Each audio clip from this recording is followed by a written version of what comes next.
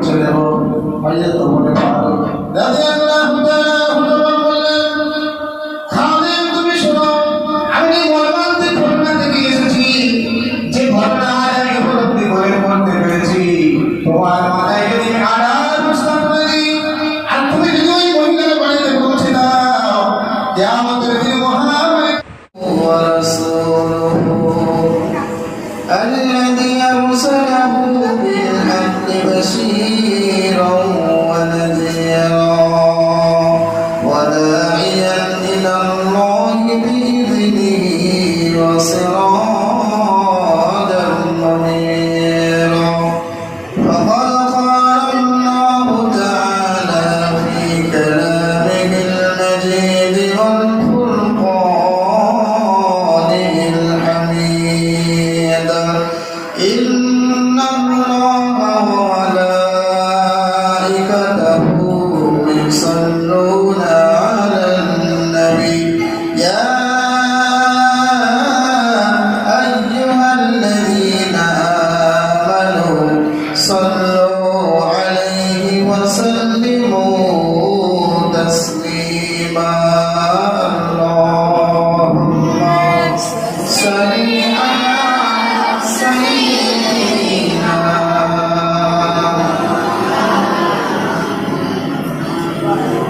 وعلى آل سيدنا.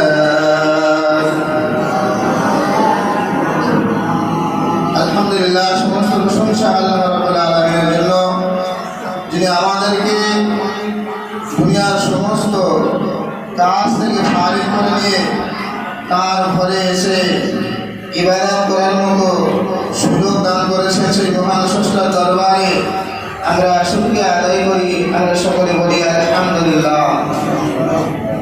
বিশ্ব নবীর প্রতি লক্ষ কোটি দুরূদ ও সালাম বর্ষিত হোক। সকলে বলেন সাল্লাল্লাহু তাআলা আলাইহি ওয়াসাল্লাম। তো গত জুমা আমি হযরত আবু বকর রাদিয়াল্লাহু তাআলা আনহু একটা ঘটনা বলেছিলাম এবং হযরত ওমর রাদিয়াল্লাহু তাআলা আনহু একটা ছোট ঘটনা বলেছিলাম। তো এই জুমা হযরত ওমর রাদিয়াল্লাহু তাআলা আনহু একটা ছোট ঘটনা বলবো ইনশাআল্লাহ। তিনি ছিলেন ইসলামের দ্বিতীয় খলিফা হযরত ওমর রাদিয়াল্লাহু তাআলা আনহু।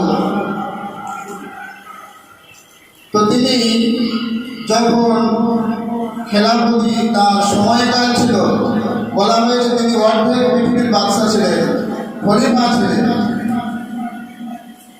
কত জায়গায় খলিফা? অর্ধেক পৃথিবী যখন ইসলামের দখলে, তখন খলিফা হযরত ওমর রাদিয়াল্লাহু তাআলা আনহু। তো হযরত ওমর রাদিয়াল্লাহু তাআলা এখন অর্ধেক পৃথিবীর তিনি খলিফা। তো তিনি এখন রাত্রি, তার কাজ ছিল যে তিনি রাত্রি মদিনার গলিতে গলিতে তিনি ঘুরতেন, দেখতেন যে কার কি অবস্থা আছে, কার সুবিধা হচ্ছে, কার অসুবিধা হচ্ছে। তিনি এই কাজ নিয়ে তিনি রাত্রিতে ঘোরাঘুরি করতেন। তিনি এক সময় রাত্রি ঘুরছেন, ঘুরতে ঘুরতে তিনি দেখতে পারেন যে একজন মহিলা তিনি হাঁড়িতে করে উনানে চুলা আগুন জ্বলছে আর বাচ্চারা চতুর্দিকে কান্নাকাটি করছে, কান্নার আওয়াজ আসছে। আর মহিলা কি করছে? চুলায় যেরকম আগুন দেয়, আগুন দিয়ে গান করছে। তো হযরত ওমর ফারুক রাদিয়াল্লাহু তাআলা আনহু বিষয়টি লক্ষ্য করলেন। কিছুক্ষণ ধরে তিনি লক্ষ্য করার পরে তিনি সেই মহিলার কাছে পৌঁছে গেলেন, গিয়ে জিজ্ঞাসা করছেন যে মহিলা কি ব্যাপার বলতো?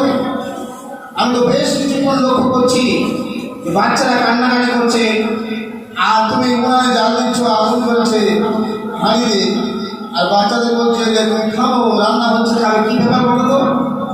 তো ওই মহিলা যখন বলেছিলেন, তোমার হয়তো ওমরকে তিনি ছিলেন না, তিনি বলেছিলেন যে আমি অন্য রাষ্ট্র থেকে এসেছি এই মদিনায়, আর আমার বাড়িতে খাওয়ার কোনো জোগাড় নেই, আমার বাড়িতে খাদ্য বলে কোনো জিনিস নাই, আর আমার বাচ্চারা কান্নাকাটি করছে।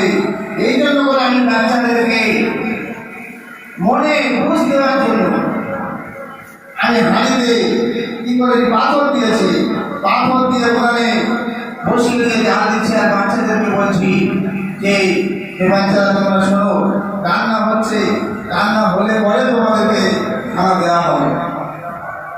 তোমার পাল রাদিয়াল্লাহু তাআলা আনহু শুনে আশ্চর্য হয়ে গেলেন যে আমার রাজ্যে এই অবস্থা। হযরত ওমর ফারুক রাদিয়াল্লাহু তাআলা আনহু তখন তিনি বললেন, দ্বিতীয় খলিফা ওমর ফারুক রাদিয়াল্লাহু তাআলা আনহু এই ঘটনা শুনে তিনি দৌড়ে চলে গেলেন। তিনি বাইতুল মাল হতে আগাম অবস্থা নিয়ে নিজে বিক্রি করে নিয়ে দৌড়াচ্ছেন। সঙ্গে খাদেম জিজ্ঞাসা করছেন, ইয়া আমিরুল মুমিনিন, আগার অবস্থাটা আমার মাথায় দিন, আমার পিঠে দিন, আমি আগার অবস্থা আমার পিঠে করে মহিলার বাড়িতে পৌঁছে দেব।